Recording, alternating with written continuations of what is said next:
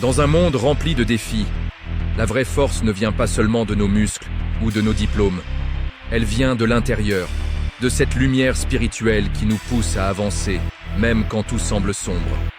Qu'est-ce qui vous porte quand vous êtes au bord du découragement? Bonjour à tous et bienvenue. Aujourd'hui, on va explorer ensemble cette force incroyable qu'est la résilience spirituelle. Ce n'est pas une question de religion ou de dogme, mais de cette connexion profonde avec quelque chose de plus grand que nous, que ce soit la nature, l'univers ou notre propre conscience intérieure. Chacun de nous a déjà ressenti ce sentiment d'être submergé.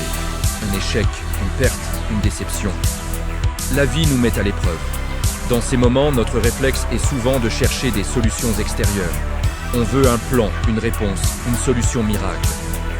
Mais si la clé était ailleurs, si la véritable solution résidait dans notre capacité à nous reconnecter à notre essence, la spiritualité c'est comme un muscle. Plus on l'entraîne, plus elle devient forte. Ça commence par des choses simples. Prenez 5 minutes chaque matin pour respirer profondément. Marchez dans la nature et observez la beauté qui vous entoure. Tenez un journal pour exprimer vos gratitudes, même les plus petites. Ces pratiques, aussi simples soient-elles, créent un espace pour que votre esprit puisse se calmer et se recentrer. Pensez à un arbre face à la tempête. Il ne lutte pas contre le vent, il plie. Sa force vient de ses racines, profondément ancrées dans la terre.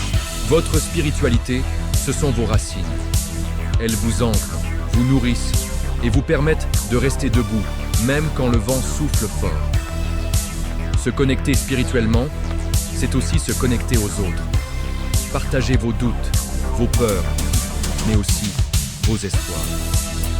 L'écoute et l'empathie sont des ponts qui nous relient et nous rappellent que nous ne sommes pas seuls dans nos combats.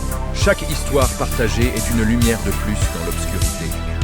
Alors, comment cultiver cette force intérieure au quotidien? Commencez petit. Choisissez une pratique qui vous parle. La méditation, la prière, le yoga, l'art, la musique. Peu importe la forme, l'important c'est l'intention que vous y mettez. L'intention de vous reconnecter à vous-même. Rappelez-vous, la spiritualité n'est pas une destination, mais un chemin. Un chemin de découverte de soi, de compassion et de paix intérieure. Même dans les moments les plus sombres, cette lumière en vous ne s'éteint jamais. Il suffit parfois d'un souffle pour la ranimer. N'oubliez jamais la force qui réside en vous.